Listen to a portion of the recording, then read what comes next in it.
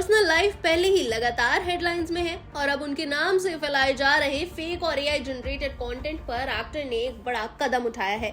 बता दें कि पत्नी सुनीता आहूजा के साथ डाइवोर्स की खबरों और दूसरी शादी की चर्चाओं के बीच गोविंदा ने अब उन लोगों को लीगल नोटिस भेजा है जो उनके या उनके परिवार से जुड़ी झूठी और बिना वेरिफिकेशन वाली जानकारी ऑनलाइन शेयर कर रहे हैं। रिपोर्ट्स के मुताबिक गोविंदा ने media organization, social media accounts और कंटेंट क्रिएटर्स को सख्त चेतावनी दी है।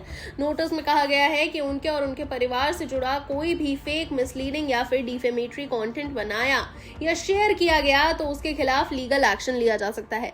इसमें सिर्फ लिखी हुई खबर ही नहीं बल्कि photos, videos, audios, edited images, deep fakes और एआई जनरेटेड कंटेंट भी शामिल है।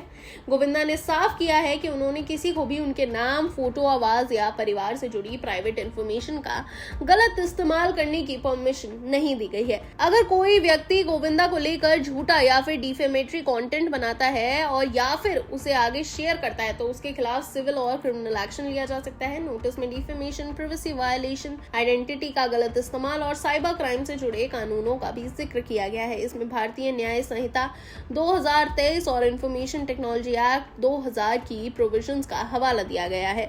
सबसे बड़ी ये बात है कि गोविंदा की तरफ से ऐसे लोगों के खिलाफ 100 करोड़ रुपए तक के डैमेजेस की मांग की जा सकती है। यानी कि एक्टर ने साफ किया है कि उनके नाम से कोई भी फेक स्टोरी बनाना भारी पड़ सकता है। नोटिस में यह भी कहा गया है कि जरूरत पड़ने पर गोविंदा कोर्ट का रुख कर सकते हैं। यहाँ तक कि लीगल प्रोसीडिंग्स के दौरान बैंक अकाउंट्स, प्रॉपर्टीज, पासपोर्ट्स और दूसरे एसेट्स को लेकर भी कोर्ट से जरूरी ऑर्डर्स मांगे जा सकते हैं। अब सवाल यह है कि आखिर गोविंदा ने अचानक इतना बड़ा लीगल स्टेप लिया क्यों? दरअसल पिछले कुछ समय से उनकी पर्सनल लाइफ को लेकर लगातार अलग अलग क्लेम सामने आ रहे हैं। हाल ही में राखी सावंत ने पैप्स के सामने सुनीता आहूजा को फोन किया था और स्पीकर पे हुई बात में सुनीता ने ये क्लेम किया कि गोविंदा तो दूसरी शादी करने की प्लानिंग कर रहे हैं। वहीं इससे पहले सुनीता को उनके बेटे यशवर्धन आहूजा के साथ बांद्रा फैमिली कोर्ट के बाहर देखा गया था। तस्वीरें सामने आते ही गोविंदा और सुनीता के डाइवोर्स की खबरें तेज हो गई थी। हालांकि बाद में मैनेजर ने क्लैरिफाई किया था कि वो नया डाइवोर्स केस फाइल करने नहीं बल्कि पहले फाइल किए गए डाइवोर्स केस को विड्रॉ करने के लिए कोर्ट पहुंची थी।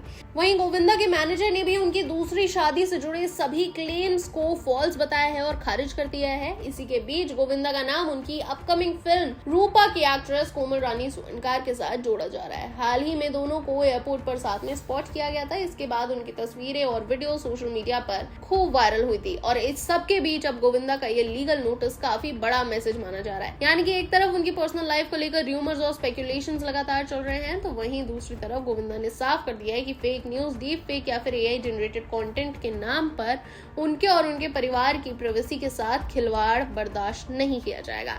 अब देखना होगा कि इस लीगल नोटिस के बाद उनके नाम से फेक कंटेंट फैलाने वाले अकाउंट्स और क्रिएटर्स के खिलाफ क्या एक्शन लिया जाता है।